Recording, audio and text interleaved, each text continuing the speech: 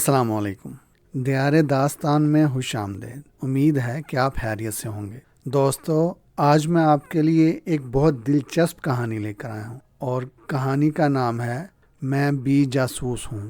یہ 55 سال پرانی بات۔ لوڈنگ گیٹ پر میرے سامنے جو لڑکی کھڑی تھی وہ نہایت خوبصورت، متناسب اور چریرے جسم کی مالک۔ جلد کی رنگت تانبے کی مانند تھی۔ چہرے کے خد و خال انتہائی دلکش تھے۔ ستواں ناک کی نوک پر دھوپ کی تمازت سے چڑھا ہوا رنگ اترنے لگا۔ لائن میں کھڑے ہوئے میں نے دل ہی دل میں عہد کیا کہ طیارے میں سوار ہونے کے بعد میں اس کے قریب بیٹھنے کی کوشش کروں گا۔ قسمت نے میرا ساتھ دیا۔ طیارے پر چڑھنے کے بعد میں نے دیکھا کہ کھڑکیوں کے پاس کی تمام سیٹیں سوائے ایک کے گر چکی تھیں۔ جب اس لڑکی نے وہ سیٹ اپنے لیے منتخب کر لی تو میرے لیے بڑی فطری سی بات تھی کہ میں اس کے برابر بیٹھ جاؤں، اور چونکہ عام طور پر مسافر کنارے کی نشست پر بیٹھنا پسند نہیں کرتے، اس لیے یہ توقع بہت کم تھی کہ کوئی اس کی اور میری تنہائی میں دخل انداز ہوگا۔ میں نے فوراً ہی بات کرنے کی کوشش نہیں کی، کیونکہ جب ہوائی جہاز پرواز کرتا ہے تو میں کچھ نروس ہو جاتا ہوں۔ البتہ جب طیارہ فضا میں بلند ہو گیا اور طیارہ کی میزبان لڑکی مسافروں کو خوش آمدید کہہ چکی تو میں لڑکی کی طرف متوجہ ہوا۔ ہیلو ہم سفر، میں نے کہا۔ مجھے البرٹ شیلٹن کہتے ہیں۔ اس نے چونک کر میری طرف دیکھا، مگر گہری نظر سے جائزہ لینے کے بعد غالباً اس نتیجے پر پہنچی کہ میں ایک شریف اور بے ضرر انسان ہوں۔ کیسے مزاج ہیں البرٹ؟ اس نے جواب دیا۔ میرا نام ڈیانا واٹن ہے۔ کیوں نہ ہم ذاتی نوعیت کی معلومات سے پہلے فارغ ہو جائیں؟ میں بولا۔ کیا مطلب؟ میں طیارے کے سفر کے دوران عموماً اپنے ہم سفر سے باتیں کرنے کا عادی ہوں، میں نے جواب دیا، اور گزشتہ تجربات کی روشنی میں میرا اندازہ ہے کہ دوران گفتگو بہت سی باتیں اپنے متعلق بیان کروں گا اور بہت سی باتیں تمہارے بارے میں سننے کو ملیں گی۔ چنانچہ اگر ہم یہ باتیں پہلے کر لیں تو دوسرے دلچسپ موضوعات کے لیے زیادہ وقت بچا سکیں گے۔ میری عمر 25 سال ہے، کنوارا ہوں۔ 2 ماہ قبل میں نے UCLA سے گریجویشن کی ہے، اور اتنی دیر سے تعلیم مکمل کرنے کی وجہ یہ تھی کہ 18 سال سے 21 سال کی عمر تک میں فوج میں تھا۔ اس وقت میں بفلو جا رہا ہوں تاکہ الپٹن ڈیٹیکٹیو ایجنسی میں اپنی ڈیوٹی جوائن کر سکوں۔ اتفاق سے یہ ایجنسی میرے ماموں کی ملکیت ہے۔ ان کا نام فریڈرک الپٹن ہے۔ چونکہ تم خود بھی بفلو کی رہنے والی ہو، اس لیے ممکن ہے تم نے ان کا نام سنا ہو۔ اس نے ایک مرتبہ پھر مجھے چونک کر دیکھا۔ تمہیں کیسے معلوم ہوا کہ میں بفلو کی رہنے والی ہوں؟ اس نے پوچھا۔ معمولی بات ہے مائی ڈیئر ڈیانا، میں نے جواب دیا۔ جب تم قطار میں میرے آگے کھڑی تھی تو گیٹ پر ٹکٹ دکھاتے وقت میں نے تمہارے کندھے پر سے جھانک کر دیکھا تھا۔ تمہارا ٹکٹ واپسی کا ٹکٹ تھا اور بفلو سے جاری کیا گیا تھا۔ بڑی دلچسپ باتیں کرتے ہو، اس نے شوخ نگاہوں سے مسکراتے ہوئے کہا، بالکل شرلاک ہومز کی طرح۔ مگر ظاہر ہے جب تم ایک سراغ رساں ایجنسی میں ملازمت کرنے جا رہے ہو تو تم سے ایسی ہی باتوں کی توقع کرنی چاہیے۔ میرا خیال ہے کہ تم نے اپنی ڈگری بھی شاید کرمنالوجی میں حاصل کی ہوگی۔ جی نہیں، میرا مضمون فلسفہ تھا، میں نے جواب دیا۔ مگر چونکہ آج کل ہماری سوسائٹی میں فلسفیوں کی زیادہ کھپت نہیں ہے، اس لیے بدرجہ مجبوری میں نے اپنے ماموں کی پیشکش منظور کر لی۔ ویسے اس میدان میں بھی فلسفہ خاصی مدد کر سکتا ہے۔ میں تمہارے اس اندازے سے بہت متاثر ہوئی ہوں جو تم نے میرے بفلو کی باشندہ ہونے کے بارے میں لگایا۔ ڈیانا بولی، معلوم ہوتا ہے تمہاری قوت مشاہدہ کافی تیز ہے۔ کیا تم میرے متعلق کچھ اور باتیں بتا سکتے ہو؟ کیوں نہیں، میں نے اسے گہری نظروں سے دیکھتے ہوئے کہا۔ مثلاً میں بتا سکتا ہوں کہ تم جنوبی کیلیفورنیا صرف تفریح کرنے آئی تھی۔ اور یہ بات تمہیں کیسے معلوم ہوئی؟ 3 وجوہات سے، میں نے جواب دیا۔ پہلی بات تو یہ کہ اگر تم کام کی تلاش میں یہاں مستقل قیام کے حال سے آئی ہوتی تو واپسی کا ٹکٹ نہ خریدا ہوتا۔ دوسری بات یہ کہ اگست کا مہینہ عموماً تفریح کا مہینہ سمجھا جاتا ہے۔ تیسرا نکتہ یہ کہ تمہاری رنگت ظاہر کرتی ہے کہ تم نے خاصا وقت ساحل سمندر پر دھوپ میں لیٹے یا بیٹھے ہوئے گزارا ہے۔ ایسا کوئی سیر و تفریح کرنے والا ہی کر سکتا ہے۔ بہت خوب، اس نے دلچسپی سے کہا۔ کچھ اور بتاؤ۔ ضرور، میں نے سر ہلایا۔ یہاں تم اپنے منگیتر سے بھی ملنے آئی تھی، مگر روانگی سے کچھ قبل تم نے اپنی منگنی توڑ دی۔ معلوم ہوتا ہے کہ تم میرا پیچھا کرتے رہے ہو۔ اس نے مشکوک نظروں سے مجھے گھورا۔ ہرگز نہیں، میں نے آج سے پہلے تمہیں دیکھا تک نہیں، میں نے جواب دیا۔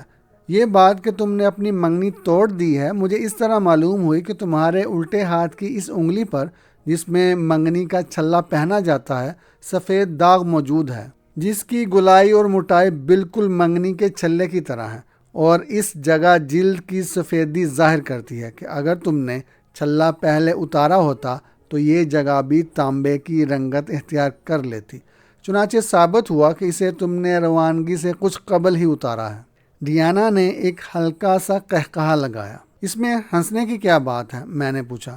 تمہاری وضاحت کے بعد بات کتنی آسان معلوم ہوتی ہے، اس نے کہا۔ میں یہ بھی کہہ سکتا ہوں کہ تمہارا منگیتر یا تو UCLA میں کرائمنالوجی کی تعلیم حاصل کر رہا ہے یا پھر اسی نوعیت کا کوئی اور مضمون وہاں پڑھاتا ہے۔ بہت خوب۔ یہ اندازہ تم نے کس بات سے لگایا؟ تمہاری اس بات سے کہ تم نے مجھ سے پوچھا تھا کہ کیا میں نے کرائمنالوجی کے مضمون میں ڈگری حاصل کی ہے۔ میں نے بتایا۔ بفلو میں رہتے ہوئے تمہیں یہ بات کس طرح معلوم ہو سکتی تھی کہ UCLA میں یہ مضمون بھی پڑھایا جاتا ہے؟ سوائے اس صورت کے کہ یا تو تمہارا قریبی تعلق وہاں کے کسی طالب علم سے ہو یا پروفیسر سے۔ خدا کی پناہ، تم تو واقعی بہت ہوشیار اور ذہین آدمی ہو۔ میں نے جو کچھ بتایا وہ بہت ہی معمولی باتیں ہیں جو کوئی بھی شخص ذرا سی توجہ یا مشاہدے سے بتا سکتا ہے۔ میں نے کہا، اب ایک آخری انکشاف اور۔ تم نے بفلو کی یونیورسٹی سے 1 سال قبل BA کیا ہے اور غالباً نرسنگ میں، اور شاید اس کی وضاحت بھی دوسری باتوں کی طرح بالکل سادہ اور عام ہوگی، کیوں؟ اس نے طنز کیا۔ نہیں، اس کا تعلق میرے ذاتی تجربے سے زیادہ ہے، میں بولا۔ فوج میں ملازمت کے آخری سال میری ملاقات ایک نرس سے ہوئی تھی جس نے یونیورسٹی سے BA کیا تھا۔ اس نے اپنے سیدھے ہاتھ میں جس طرح کی کلاس انگوٹھی پہنی ہوئی تھی، بالکل اسی طرح کی انگوٹھی تم نے اپنے سیدھے ہاتھ میں پہن رکھی ہے۔ جہاں تک سال کا تعلق ہے تو وہ تمہاری انگوٹھی پر اتنے واضح طور پر کھدا ہوا ہے کہ میرے لیے پڑھنا کچھ مشکل نہیں تھا۔ تم واقعی بہت حیرت انگیز آدمی ہو، ڈیانا نے بڑی سنجیدگی سے جواب دیا۔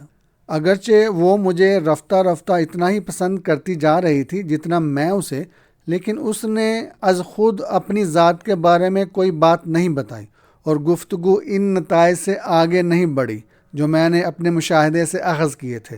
مثال کے طور پر اس نے اپنے سابقہ منگیتر کے بارے میں کچھ کہا اور نہ ہی وضاحت کی کہ ان کی منگنی کیوں ٹوٹ گئی تھی۔ میں نے بھی مزید کریدنے کی ضرورت نہیں سمجھی، البتہ اس نے یہ ضرور بتایا کہ بفلو میں اس کا گھر فلمور کے علاقہ میں واقع ہے۔ اتنا ہی نہیں، اس نے اپنا فون نمبر بھی بتا دیا۔ ہم لاس اینجلس سے 11:50 پر روانہ ہوئے تھے۔ جب 5:50 پر طیارہ ڈیٹرائٹ پہنچا تو ہم گہرے دوست بن چکے تھے۔ طیارہ کے ڈیٹرائٹ سے پرواز کے تھوڑی دیر بعد میں ٹوائلٹ سے واپس لوٹ رہا تھا تو میں نے پچھلی سیٹ پر 2 آدمیوں کو دیکھا جنہوں نے ایک دوسرے کے ہاتھوں کو ہتھ کڑیوں سے باندھ رکھا تھا۔ دونوں کی عمر 45-50 سال کے درمیان معلوم ہوتی تھی۔ یہ اندازہ لگانا کچھ مشکل نہیں تھا کہ ان دونوں میں پولیس افسر کون ہے اور مجرم کون۔ کنارے کی سیٹ والا شخص لازماً پولیس افسر تھا کیونکہ اس نے ہتھ کڑی اپنے بائیں ہاتھ کی کلائی میں پہن رکھی تھی، جبکہ دوسرے شخص کا سیدھا ہاتھ جکڑا ہوا تھا۔ وہ بہت دبلا اور لمبا سا آدمی تھا اور کسی حد تک ابراہم لنکن سے مشابہ نظر آ رہا تھا۔ دوسرا آدمی بھی لمبا تھا مگر اس کا جسم بھاری تھا، چہرے پر گوشت اور جلد تانبے کی رنگت کی تھی۔ طیارے کی میزبان مسافروں سے کھانے کے آرڈر لے رہی تھی۔ میں نے سنا کہ ان دونوں نے اپنے کھانے کے ساتھ کافی کا آرڈر بھی دیا۔ میں نے اور ڈیانا نے سوئس سٹیکس کا آرڈر دیا، اور جب میزبان چلی گئی تو میں نے ڈیانا کو ان دونوں مسافروں کے بارے میں بتایا۔ قیدی کا حلیہ کیا ہے؟ اس نے پوچھا، ایسا جو 50 سال کے کسی بھی شخص پر منطبق ہوتا ہے۔ میں نے جواب دیا۔ اس اثناء میں کھانا آ گیا اور ہم دوسری باتیں کرنے لگے۔ کھانے کے وقفے کے بعد جب میزبان برتن جمع کر رہی تھی، پچھلی سیٹ سے کچھ گھبرائی ہوئی آوازوں نے ہمیں گھوم کر دیکھنے پر مجبور کر دیا۔ طویل قامت، زرد رو پولیس افیسر اپنے ساتھی کے بے حس و حرکت جسم کو اٹھا کر قطار کی درمیانی جگہ میں لٹانے کی کوشش کر رہا تھا۔ اس نے اپنی کلائی سے ہتھ کڑی کھول دی تھی مگر دوسرے آدمی کا ہاتھ ابھی آزاد نہیں ہوا تھا۔ پھر اس نے جھک کر اس کی نبض دیکھی۔ یہ صورتحال دیکھ کر میزبان بھی لپکی ہوئی آئی۔ پولیس آفیسر نے سر اٹھا کر اسے دیکھا۔ میرا خیال ہے کہ اس پر دل کا دورہ پڑا ہے، وہ بولا۔ نبض کی رفتار بے حد سست اور کمزور ہے۔ ہماری طرح طیارے کے دوسرے مسافر بھی اپنی اپنی سیٹوں سے اٹھ کر دیکھنے کی کوشش کر رہے تھے۔ انہی میں سے ایک چریرے جسم کا آدمی جو بظاہر بڑا شریف نظر آ رہا تھا اور جس کی عمر 40-45 سال کی معلوم ہو رہی تھی، آگے بڑھا۔ میں ڈاکٹر ہوں، اس نے کہا۔ میزبان فوراً ایک طرف ہٹ گئی۔ پولیس افسر نے ڈاکٹر سے اپنا تعارف سارجنٹ کوپلینڈ کے نام سے کرایا۔ ڈاکٹر نے بے ہوش آدمی کی نبض دیکھی، پھر ایک پلک اٹھا کر اس کا معائنہ کیا اور پھر اس کے گریبان کے بٹن کھولتے ہوئے میزبان کی طرف دیکھا۔ میرا بیگ میری سیٹ کے نیچے رکھا ہے، مہربانی کر کے وہ لا دو۔ میزبان نے جلدی سے بیگ اٹھا دیا۔ ڈاکٹر نے اسے کھول کر اسٹیتھوسکوپ نکالا اور مزید کے دل کی دھڑکن سننے لگا۔ خوش قسمتی سے طیارے پر آکسیجن پہنچانے کا انتظام ہے، اس نے میزبان کی طرف دیکھتے ہوئے کہا۔ ہم بفلو کس وقت پہنچیں گے؟ اس وقت 7 بجے ہیں۔ میزبان نے اپنی رسٹ واچ پر نگاہ ڈالی۔ طیارہ 7:45 بجے بفلو اترے گا۔ گویا ابھی 45 منٹ باقی ہیں، ڈاکٹر بولا۔ میرا مشورہ ہے کہ تم پائلٹ سے کہہ کر ریڈیو کے ذریعے ایئرپورٹ پر پیغام بھجوا دو کہ وہاں ایک ایمبولینس مریض کو سٹی ہسپتال لے جانے کے لیے موجود ہونا چاہیے۔ ایمبولینس کے ساتھ کسی مددگار کی ضرورت نہیں ہے، میں خود سٹی ہسپتال میں کام کرتا ہوں، اس لیے مریض کے ساتھ میں خود جاؤں گا۔ پھر سارجنٹ بھی ہمراہ ہوں گے۔ یہ پیغام دینے کے بعد مجھے ایک کمبل لا دو، مریض کو گرم رکھنے کی ضرورت ہے۔ بہت اچھا ڈاکٹر، میزبان نے جواب دیا اور پائلٹ کے کیبن کی جانب بڑھ گئی۔ ڈاکٹر سارجنٹ کی طرف متوجہ ہوا۔ اسے اٹھا کر سیٹ پر لٹا دو تاکہ آکسیجن دی جا سکے، اس نے کہا۔ پھر میری طرف دیکھا۔ طاقتور نوجوان معلوم ہوتے ہو، ذرا سہارا تو دو۔ ہم تینوں نے مل کر مریض کو پشت کے بل سیٹ پر لٹا دیا۔ ڈاکٹر نے سیٹ کے ساتھ ہی لگا ہوا آکسیجن ماسک نکال کر اس کے منہ پر چڑھا دیا اور پھر اپنے آلے سے اس کے دل کی دھڑکن سننے لگا۔ حالت زیادہ خراب نہیں ہے تو کچھ بہتر بھی نہیں، وہ بولا۔ مناسب ہوگا کہ اس کی ہتھ کڑی کھول دی جائے۔ سارجنٹ نے اپنی جیب سے ایک چابی نکال کر ہتھ کڑی کھول دی اور پھر دونوں چیزیں اپنی جیب میں رکھ لی۔ میرا نام مارٹن اسمتھ ہے، ڈاکٹر نے بتایا۔ تم سے مل کر خوشی ہوئی، سارجنٹ نے ہاتھ ملاتے ہوئے جواب دیا۔ خوش قسمتی ہی ہے کہ تم جہاز پر موجود تھے۔ میرا نام البرٹ شیلٹن ہے، میں نے از خود اپنا تعارف کرایا۔ ڈاکٹر نے میرے تعاون کے لیے شکریہ ادا کیا۔ یہ تو میرا اخلاقی فرض تھا، میں نے جواب دیا۔ ویسے میری سیٹ کی ساتھی ایک نرس ہے، ضرورت ہو تو اس کی مدد بھی مل سکتی ہے۔ نہیں سردست، اس کی کوئی ضرورت نہیں، ڈاکٹر نے چونک کر مجھے دیکھتے ہوئے کہا اور پھر بالمقابل کی نشست کی طرف دیکھا جہاں اس وقت صرف ایک آدمی بیٹھا تھا۔ ڈاکٹر نے مریض کے قریب رہنے کا عذر پیش کرتے ہوئے اس سے کسی دوسری سیٹ پر بیٹھنے کی درخواست کی، جسے اس نے بڑی خوشی سے مان لیا۔ اب تم چاہو تو کھڑکی کے قریب بیٹھ سکتے ہو، ڈاکٹر نے سارجنٹ سے کہا، تاکہ مریض کی حالت دیکھنے کے لیے مجھے تمہیں بار بار پریشان نہ کرنا پڑے۔ ضرور، سارجنٹ نے جواب دیا۔ ابھی ایک خیال میرے ذہن میں آیا ہے، ذرا اس کی تصدیق یا تردید کر لوں۔ اور پھر مریض پر جھکتے ہوئے سارجنٹ کوپلینڈ نے اس کی جیبوں کی تلاشی لی۔ آخر کار وہ ایک جیب سے کوئی چھوٹی سی شیشی برآمد کرنے میں کامیاب ہو گیا۔ اس میں کوئی رقیق مادہ سا بھرا ہوا تھا۔ سارجنٹ نے شیشی ڈاکٹر کے ہاتھ میں دے دی۔ اپنی سیٹ سے اچک کر دیکھتے ہوئے میں نے اس کا لیبل پڑھا۔ اس پر ایسی شکر کی گولیوں کا نام لکھا ہوا تھا جس میں کیمیائی عوامل سے انتہائی مٹھاس مرتکز کر دی جاتی ہے۔ یہ تو عام گولیاں ہیں، ڈاکٹر بولا، جنہیں شکر کی جگہ استعمال کیا جاتا ہے۔ کھانے کے وقت وہ یہ گولیاں کافی میں ڈالنا چاہتا تھا، سارجنٹ نے بتایا۔ شیشی دیکھنے کے بعد میں نے اجازت دے دی، مگر ابھی مجھے خیال آیا کہ ممکن ہے اس شیشی میں کسی اور طرح کی گولیاں ہوں اور اس نے نیو یارک واپس جانے اور اپنی سزا میں مزید 20 سال کے اضافے سے بچنے کے لیے خودکشی کرنی چاہیے ہو۔ ڈاکٹر نے سوچنے کے انداز میں شیشی کا ڈھکنا کھولا، اسے سونگھ کر دیکھا۔ اگر ایسی کوئی بات ہے تو میں یہ شیشی بھی اپنے ساتھ ہسپتال لے جاؤں گا تاکہ وہاں لیبارٹری میں تجزیہ کر کے معلوم کیا جا سکے۔ اس طرح تو کچھ بتانا ممکن نہیں۔ اس نے شیشی اپنی جیب میں ڈال لی۔ لیکن اگر یہ شخص حراست میں تھا تو اس کے پاس یہ شیشی کہاں سے آ گئی؟ اس نے سوال کیا۔ دوبارہ گرفتار کیے جانے سے پہلے یہ کئی ہفتہ آزاد رہا تھا۔ سارجنٹ نے جواب دیا، 6 ہفتے قبل یہ سنگ سنگ کے جیل خانے سے فرار ہو گیا تھا اور صرف 1 ہفتہ ہوا کہ اسے ویسٹ کوسٹ پر پکڑا گیا۔ ممکن ہے اس عرصے میں اس نے یہ سوچ کر کہ دوبارہ گرفتاری سے موت بہتر ہے، کسی وقت یہ شیشی خرید کر ضرورت کے وقت کام آنے کے لیے رکھ چھوڑی ہو۔ یہ کس جرم میں سزا کاٹ رہا تھا؟ ڈاکٹر نے پوچھا۔ اس پر 3 درجن سے زیادہ ڈکیتیوں کا الزام تھا، سارجنٹ نے بتایا۔ کیا تم نے ویلی دی پیرٹ ڈائل کا نام نہیں سنا؟ ہاں، کچھ خیال تو آتا ہے، ڈاکٹر نے کہا، مگر یہ تو کئی سال کی بات ہے۔ تقریباً 12 سال کی، سارجنٹ نے جواب دیا۔ یہ ڈوئل نامی گروہ کا سردار تھا۔ گروہ میں 8-9 بدماش شامل تھے۔ ولی اور 2 مجرموں کے علاوہ باقی سب تو جیلوں میں ہیں یا مر چکے ہیں۔ جو 2 باقی ہیں ان میں ایک ولی کا چھوٹا بھائی جم ہے اور دوسرا اس کا کزن ایڈی گرین۔ یہ دونوں مفرور ہیں۔ ایڈی گرین تو کبھی پکڑا بھی نہیں گیا، چنانچہ پولیس کے پاس اس کا کوئی فوٹو بھی نہیں ہے۔ البتہ جم کا ریکارڈ موجود ہے، میں نے اس کا فوٹو بھی دیکھا ہے۔ اس کی صورت ولی سے بہت ملتی ہے۔ میں پیچھے کھڑا ہوا ان کی باتیں سن رہا تھا۔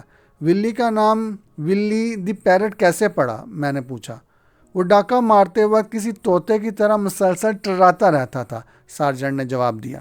کبھی بینک کے ملازمین سے باتیں کرتا، گاہکوں کو طرح طرح کی ہدایات دیتا اور خواتین سے معذرت طلب کرتا، بدصورت عورتوں سے کہتا کہ وہ انتہائی حسین نظر آ رہی ہیں، وغیرہ وغیرہ۔ اور ایڈی گرین؟ دراصل وہ ڈاکو سے زیادہ نوسرباز معلوم ہوتا تھا، سارجنٹ نے بتایا۔ اس کے کام کرنے کا طریقہ کچھ ایسا ہی تھا۔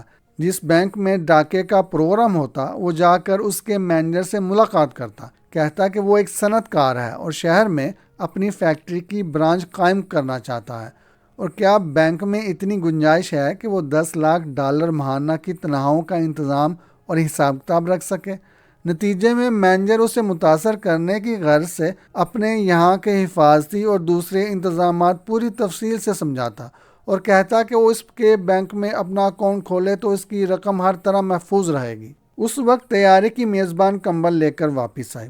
پائلٹ نے تمہارا پیغام پہنچا دیا ہے، اس نے ڈاکٹر کو بتایا۔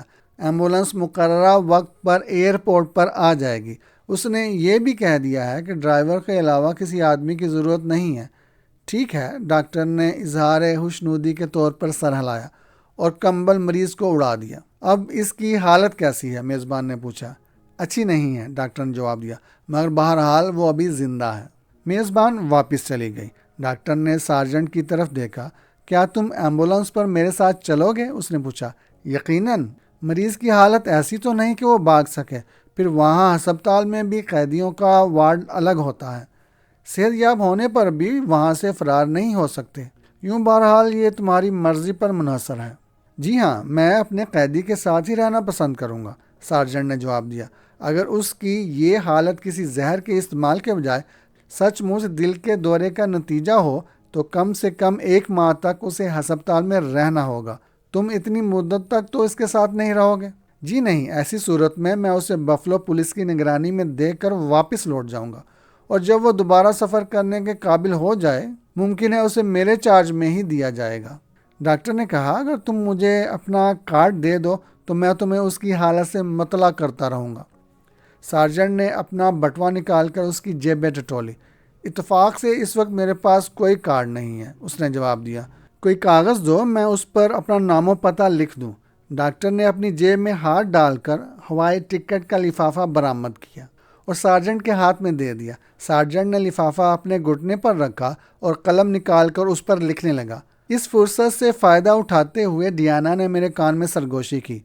جب تم نے انہیں میری خدمات کی پیشکش کی تو میں ڈر ہی گئی تھی، وہ بولی۔ میں رجسٹرڈ نرس نہیں ہوں۔ مگر تم تو کہہ رہی تھی کہ ہو۔ میں نے اسے تعجب سے دیکھا۔ میں نے نہیں، تم نے کہا تھا، اس نے جواب دیا، اور میں نے اس خیال سے اس کی تردید نہیں کی کہ تم اس وقت سراغ رسانی کے موڈ میں تھے، کہیں میرے انکار سے تمہارے جذبات کو ٹھیس نہ پہنچے۔ اوہ، مجھے کچھ مایوسی ہوئی، مگر پھر سنبھل کر بولا، بہرحال ڈاکٹر نے تمہاری ضرورت نہیں سمجھی۔ اچانک میرے ذہن میں کوئی خیال ابھرا اور میں چونک کر سیدھا ہو گیا۔ کیا بات ہے؟ ڈیانا نے پوچھا۔ میں نے ابھی سارجنٹ کوپلینڈ کو قلم سے لکھتے دیکھا تھا، میں نے بتایا۔ اور جانتی ہو وہ بائیں ہاتھ سے لکھ رہا تھا۔ تو پھر یہ کہ اس نے قیدی کو اپنے بائیں ہاتھ سے کیوں باندھ رکھا تھا؟ ہاں یہ بات ہے تو عجیب سی، ڈیانا کچھ غور کرنے کے بعد بولی۔ حقیقت یہ ہے، میں بالکل آہستہ بات کر رہا تھا، کہ ہمارے پاس صرف سارجنٹ کوپلینڈ ہی کا بیان ہے کہ وہ پولیس افسر ہے، اور دوسرا شخص ایک مجرم اور اس کا قیدی ہے۔ میں سمجھی نہیں، تم کیا کہنا چاہتے ہو؟ ذرا دونوں کو غور سے دیکھو، میں نے سرگوشی میں کہا۔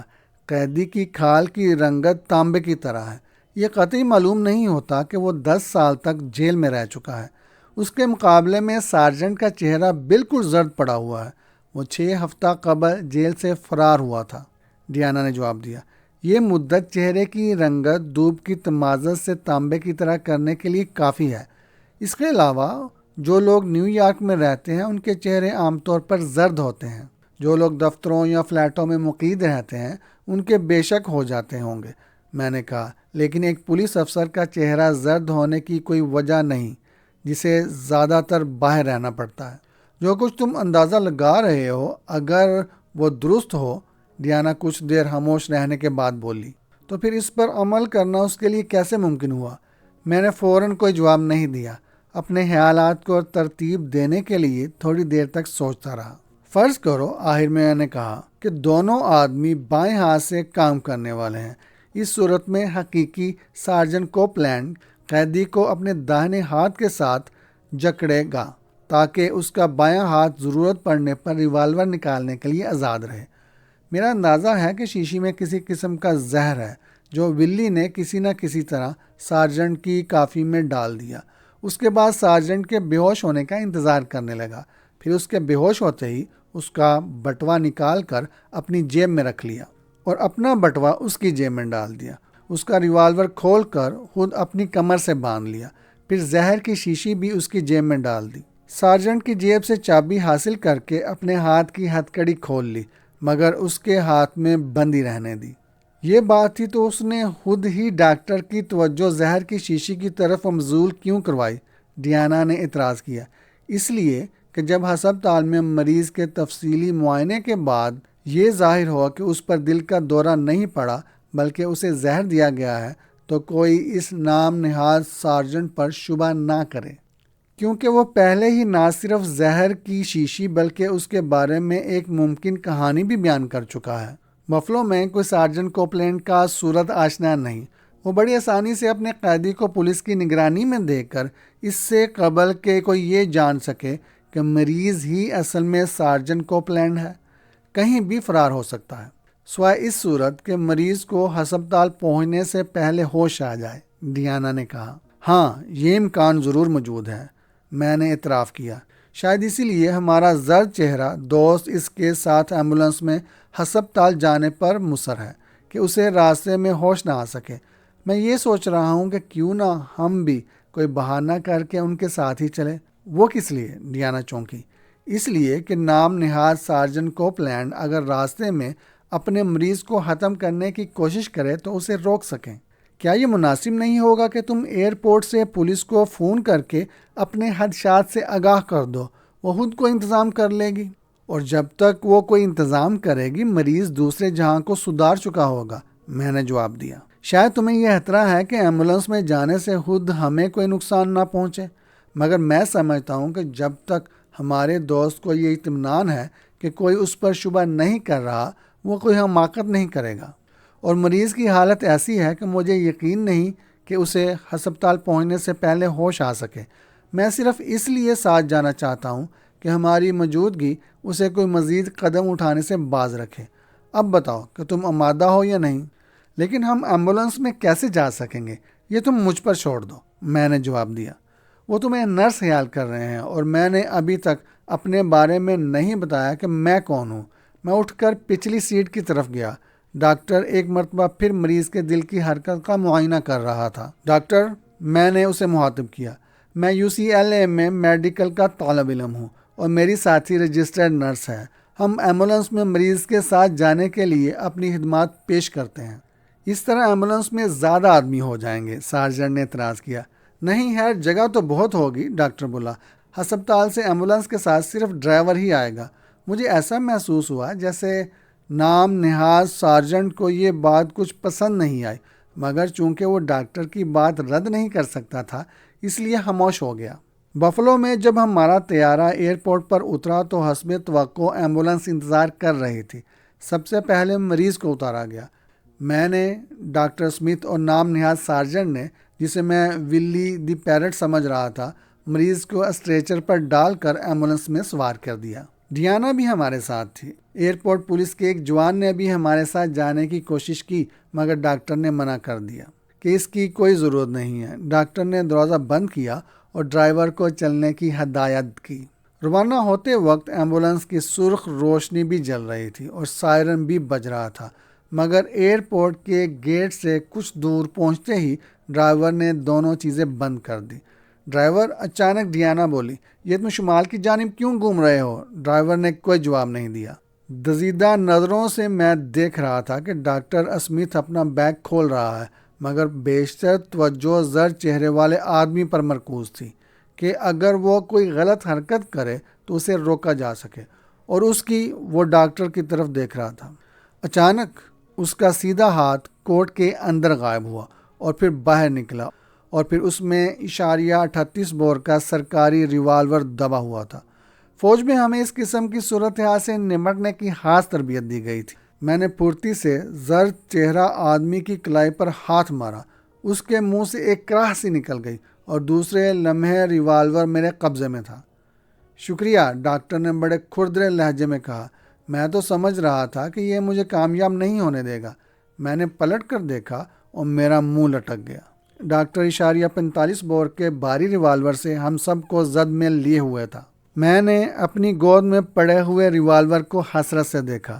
میں کچھ سمجھا نہیں، میں بولا، مگر میں سمجھ گیا ہوں، سارجنٹ کوپلینڈ نے اپنی کلائی سہلاتے ہوئے کہا۔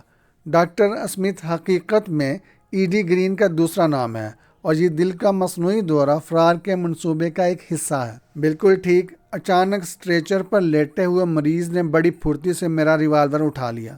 شیشے میں اسپارٹن سلفیٹ تھا۔ اس کے استعمال سے دل کی حرکت وقتی طور پر کمزور پڑ جاتی ہے۔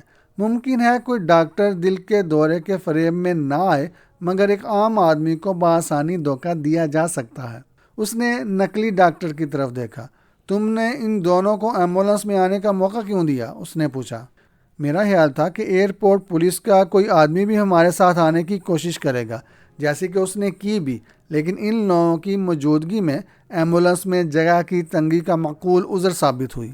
کیا تم بتاؤ گے کہ تم نے میرا ریوالور کیوں چھینا؟ سارجنٹ نے مجھ سے سوال کیا۔ مجھے افسوس ہے سارجنٹ، میں نے شرمندگی سے جواب دیا۔ میرا خیال تھا کہ تم اصل میں ولی دی پیرٹ ہو، اور تم نے کسی طرح اصلی سارجنٹ کو بے ہوش کر کے اس کی شخصیت اختیار کر لی ہے۔ یہ خیال تمہیں کیسے ہوا؟ اس نے حیرت سے پوچھا۔ میں نے تمہیں بائیں ہاتھ سے لکھتے ہوئے دیکھا تھا۔ اس کے علاوہ تم نے قیدی کو اپنی الٹی کلائی کے ساتھ باندھ رکھا تھا۔ پھر تمہارا چہرہ بھی بہت پیلا نظر آ رہا تھا۔ میں سمجھا کہ یہ زردی ایک طویل مدت تک جیل میں بند رہنے کی وجہ سے ہو سکتی ہے۔ میں الٹے ہاتھ سے لکھتا ہوں اور سیدھے ہاتھ سے نشانہ لگاتا ہوں، سارجنٹ نے بتایا، اور چہرے کی زردی اس لیے ہے کہ میں نیو یارک میں رات کی شفٹ میں کام کرتا ہوں۔ ظاہر ہے کہ میں اس کے سوا اور کیا کہہ سکتا تھا۔ یہاں حالات قابو میں ہیں جم، ولی نے ڈرائیور کو مخاطب کیا۔ تمہیں تو کوئی دشواری پیش نہیں آئی؟ بالکل نہیں، جم نے جواب دیا۔ جیسے ہی ایمبولنس قریب آئے، میں نے ٹرک سے اس کا راستہ بند کر دیا۔ اس میں صرف ڈرائیور تھا، جسے باندھ کر ٹرک میں ڈالنا کوئی مشکل کام نہیں تھا۔ یہاں سے کچھ دور سیڈان کار تیار کھڑی ہے۔ اس میں سوار ہو کر اس سے پہلے کہ کسی کو حقیقت کا علم ہو، ہم بآسانی کینیڈا پہنچ سکتے ہیں۔ یہ تمہارا چھوٹا بھائی جم ہے؟ سارجنٹ نے ولی سے پوچھا۔ ہاں، ولی نے اس بات میں سر ہلایا۔ ہم ڈول خاندان کے لوگ ہمیشہ ساتھ ساتھ رہنا پسند کرتے ہیں۔ ہمارے بارے میں تمہارا کیا پلان ہے؟ اچھا سوال ہے سارجنٹ، ولی مسکرایا۔ تم میری جگہ ہوتے تو کیا کرتے؟ مجھے سردی کی ایک تیز لہر اپنے پورے جسم میں رینگتی محسوس ہوئی۔ میں نے معذرت خواہانہ نظروں سے ڈیانا کی طرف دیکھا۔ اس کی آنکھیں بھیگی ہوئی تھیں، مگر وہ بڑے حوصلے سے مسکرائی۔ ولی نے اپنے ساتھی ایڈی کی جانب دیکھا، اور دیکھ کر وہ ہم سب کو بڑی اچھی طرح زد میں لیے ہوئے اپنا ریوالور کوٹ کی جیب میں رکھ لیا۔ جعلی ڈاکٹر کا ریوالور اس کے گھٹنے پر ٹکا ہوا تھا۔ نال اس طرح اٹھی تھی کہ اسے ضرورت کے وقت کسی بھی جانب موڑا جا سکتا تھا۔ ڈیانا نے ایڈی کی طرف دیکھ کر برائی ہوئی آواز میں کہا، کیا میں اپنے بیگ سے رومال نکال سکتی ہوں؟ بڑے شوق سے ایڈی نے اجازت دے دی۔ ڈیانا نے اپنا بیگ کھول کر اس میں ہاتھ ڈالا اور پھر جو اس کا ہاتھ باہر نکلا تو اس میں 0.38 بور کا ایک ویسا ہی ریوالور دبا ہوا تھا جیسا میں نے سارجنٹ کے پاس دیکھا تھا۔ اتنا ہی نہیں، اس سے پہلے کہ ایڈی کوئی حرکت کر سکے ڈیانا ریوالور اس کی طرف تان چکی تھی۔ میں تو خیر خیران تھا ہی، ایڈی بھی کسی پتھر کے مجسمے کی طرح بے حس و حرکت بیٹھا رہ گیا۔ اگر تم نے اپنا ریوالور نکالنے کی کوشش کی، ڈیانا بڑی سپاٹ آواز میں ولی سے مخاطب ہوئی، تو میں پہلے تمہارے کزن ایڈی کو شوٹ کروں گی اور پھر تمہیں، اور تم ایڈی اپنے ریوالور کا سیفٹی کیچ لگا کر اسے میری طرف پھینک دو۔ وہ اتنے آہستہ لہجے میں بول رہی تھی، ڈرائیور جم اس کی بات سن نہیں سکتا تھا۔ ایڈی نے ناچار حکم کی تعمیل کی۔ ڈیانا نے اس کا ریوالور سارجنٹ کوپلینڈ کو دے دیا، پھر ولی کی جیب سے سارجنٹ کا اپنا ریوالور نکال کر اسے بھی سارجنٹ کے حوالے کر دیا۔ سارجنٹ نے اپنا ریوالور ہاتھ میں آتے ہی اس کی نال جم کی پیٹھ سے لگا کر ایمبولینس روکنے اور پھر اپنا ریوالور نکال کر دینے کی ہدایت کی۔ جم کو بھی اس حکم کی تعمیل کرنا پڑی۔ جب تک تینوں ڈاکوؤں کو مکمل طور پر قابو میں نہیں کر لیا گیا، میں نے یا سارجنٹ کوپلینڈ نے اس مسئلہ پر سر کھپانے کی کوشش نہیں کی کہ ڈیانا کے پاس ریوالور کہاں سے آ گیا۔ سارجنٹ نے ولی کے ہاتھ اس کی پشت کی جانب کر کے باندھ دیے، پھر ایڈی کی ٹائی کھول کر اس کے ساتھ اور ولی کی ٹائی کھول کر جم کے ساتھ بھی یہی سلوک کیا گیا۔ آخرکار جب ان تینوں کو ایمبولینس میں بھر دیا گیا تو سارجنٹ نے ڈیانا کی طرف دیکھا۔ مجھے معلوم نہیں تھا کہ نرسیں بھی ریوالور لے کر سفر کرتی ہیں، وہ بولا۔ میں نرس نہیں ہوں، ڈیانا نے جواب دیا، میرا تعلق پولیس سے ہے۔ پولیس سے؟ میں نے حیرت سے دہرایا۔ ہاں، تمہیں کوئی اعتراض ہے؟ وہ عجیب لہجہ میں بولی۔ بالکل نہیں، میں نے جواب دیا۔ اس کے برعکس اگر محکمہ پولیس کا کوئی رکن کسی پرائیویٹ سراغرساں کا دوست ہو تو یہ اس کی خوش قسمتی سمجھی جاتی ہے۔ پھر تم جیسا دوست۔ اگر میں تمہیں یہ بتاؤں کہ میں نے تمہارے ساتھ کیا سلوک کیا ہے تو شاید تمہارے یہ جذبات نہ رہیں۔ کیا؟ میں چونکا۔ ہم اس مسئلے پر بعد میں گفتگو کریں گے، ڈیانا نے جلدی سے کہا۔ پھر پہلا کام تو ان مجرموں کو پولیس ہیڈ کوارٹر پہنچانا ہے۔ ٹھیک ہے، سارجنٹ نے تائید کی اور میری طرف دیکھا۔ کیا تم ایمبولینس چلا سکتے ہو؟ کیوں نہیں؟ تو پھر تم ایمبولینس ڈرائیو کرو، میں پچھلے حصہ میں قیدیوں کی نگرانی کرتا ہوں۔ مس وارٹن چاہیں تو تمہارے ساتھ اگلی سیٹ پر بیٹھ سکتی ہیں۔ چنانچہ ڈیانا میرے ساتھ آ بیٹھی۔ ایمبولینس روانہ ہوئی۔ ہم کچھ دیر خاموش بیٹھے رہے۔ تم کیا کہہ رہی تھی؟ آخر مجھے بولنا ہی پڑا۔ تم ضرور مجھ پر ناراض ہوگے، وہ کوئی شرمندگی سے بولی۔ بات یہ ہے کہ جب تم اپنی سراغ رسانی کا مظاہرہ کر رہے تھے تو میں نے کئی باتوں میں جھوٹ بولا، بلکہ یوں کہنا چاہیے کہ جھوٹ نہیں بولا، محض خاموش رہ کر یہ ظاہر کرنے کی کوشش کی کہ تمہارے اندازے درست ہیں جبکہ وہ غلط تھے۔ اوہ، میں نے کہا، کون سے اندازے؟ مثلا یہ کہ میں لاس اینجلس میں سیر و تفریح کے لیے نہیں گئی تھی، ڈیانا نے بتایا۔ میں UCLA میں کرائمنالوجی کا کورس پڑھ رہی ہوں۔ یہ ضرور ہے کہ میں نے کئی ہفتہ ساحل سمندر پر گزارے ہیں، یہی وجہ ہے کہ میری رنگت تانبے کی طرح ہو گئی ہے۔ اس کے علاوہ میں نے بفلو یونیورسٹی میں نہیں پڑھا بلکہ فریڈونا اسٹیٹ کالج میں تعلیم حاصل کی ہے۔ تب پھر بفلو یونیورسٹی کی انگوٹھی کیوں پہنے ہوئے ہو؟ یہ میری نہیں، میرے ایک دوست لڑکے کی ہے، اس نے جواب دیا۔ یہاں ایک دستور بھی ہے کہ لڑکیاں لڑکوں کی تعلیمی انگوٹھیاں اپنی منگنی والی انگوٹھی میں پہن لیتی ہیں، یہ ظاہر کرنے کے لیے کہ وہ کسی ایک لڑکے کے ساتھ باہر جا رہی ہیں اور ادھر ادھر بہکنے کے لیے تیار نہیں، اس لیے بیکار کوشش نہ کی جائے۔ مگر یہ انگوٹھی تم اپنی منگنی والی انگوٹھی میں نہیں پہنے ہوئے، میں نے اعتراض کیا۔ درست ہے، ڈیانا نے جواب دیا، لیکن ایک دن قبل تک اسی انگلی میں تھی۔ میرے دوست کو یہ پتہ نہیں کہ میں نے اسے دوسری انگلی میں پہننا شروع کر دیا ہے۔ اوہ، گویا تمہارا منگیتر لاس اینجلس میں نہیں رہتا اور تم نے اپنی منگنی اسے بتائے بغیر ختم کر دی۔ منگنی نہیں، ڈیانا نے کہا۔ جیسا کہ میں نے کہا، یہ صرف کسی ایک لڑکے کے ساتھ باہر جانے کی علامت ہے جو بعد میں منگنی کے اعلان میں بھی تبدیل ہو سکتی ہے۔ مگر جہاں تک میرے دوست کا تعلق ہے تو میں کئی ماہ سے اس کے ساتھ ترک تعلق پر غور کر رہی تھی، لیکن کوئی اور ایسا شخص نہیں تھا جو اس کی جگہ لے سکتا، اس لیے میں نے انگوٹھی اتارنے کی کوئی خاص ضرورت محسوس نہیں کی۔ تو پھر اب کیوں اتار دی تھی؟ میں نے پوچھا۔ جب ہم بورڈنگ گیٹ کے سامنے قطار میں کھڑے تھے تو میں نے تمہاری نگاہوں سے اندازہ لگایا کہ تم مجھے پسندیدگی سے دیکھ رہے ہو۔ میں نے سوچا ممکن ہے طیارے میں تم میرے برابر کی سیٹ پر بیٹھنے کی کوشش کرو، اور ایسی صورت میں شاید تمہیں میری منگنی کی انگلی میں انگوٹھی دیکھ کر مایوسی ہو۔ چنانچہ میں نے اسے اتار کر سیدھے ہاتھ میں پہن لیا۔ یہ انکشاف کہ جب میں طیارے میں اس پر اپنی سراغ رسانی کا رعب ڈال رہا تھا تو وہ دل ہی دل میں میری سادہ لوہی پر مسکرا رہی ہوگی، مجھے اس سے برہم نہیں کر سکا، جیسا کہ اسے اندیشہ تھا۔ البتہ اس نے میرے اس احساس برتری کو ضرور ٹھیس پہنچائی تھی۔ اس کا یہ کہنا ہے کہ میرے اندازے غلط تھے، دراصل اس کی ایک اور مہربانی ہی تھی، ورنہ حقیقت میں میرا صرف ایک ہی خیال درست تھا کہ وہ بفلو کی رہنے والی ہے، اور بس۔ لیکن اسی کے ساتھ یہ بات بڑی حوصلہ افزا تھی کہ اس نے میری پسندیدگی کا اس حد تک خیال کیا کہ اپنے ہاتھ سے انگوٹھی اتار دی۔ اس کا مطلب تھا کہ میری پسندیدگی یک طرفہ نہیں بلکہ دونوں طرف ہے، آگ برابر لگی ہوئی۔ چنانچہ ممکن ہے کہ سراغ رسانی اور مشاہدے سے اندازہ لگانے کے فن میں میں اتنا کامیاب ثابت نہ ہوا ہوں، لیکن اتنا تو آپ تسلیم کریں گے کہ میرے اندر کوئی خوبی ایسی ضرور ہے کہ جو ڈیانا جیسی حسین رفیقہ حیات حاصل کرنے میں کامیابی کی منزل تک پہنچ گئی تھی، اور آج ہم دونوں اپنی شادی کی 55th اینیورسری منانے جا رہے ہیں۔ دوستو، آپ کو یہ کہانی کیسی لگی؟ کمنٹ میں ضرور بتائیے گا۔ ہمارا چینل سبسکرائب کر دیں، اور اگر ویڈیو پسند آیا تو لائک ضرور کیجیے گا۔ شکریہ۔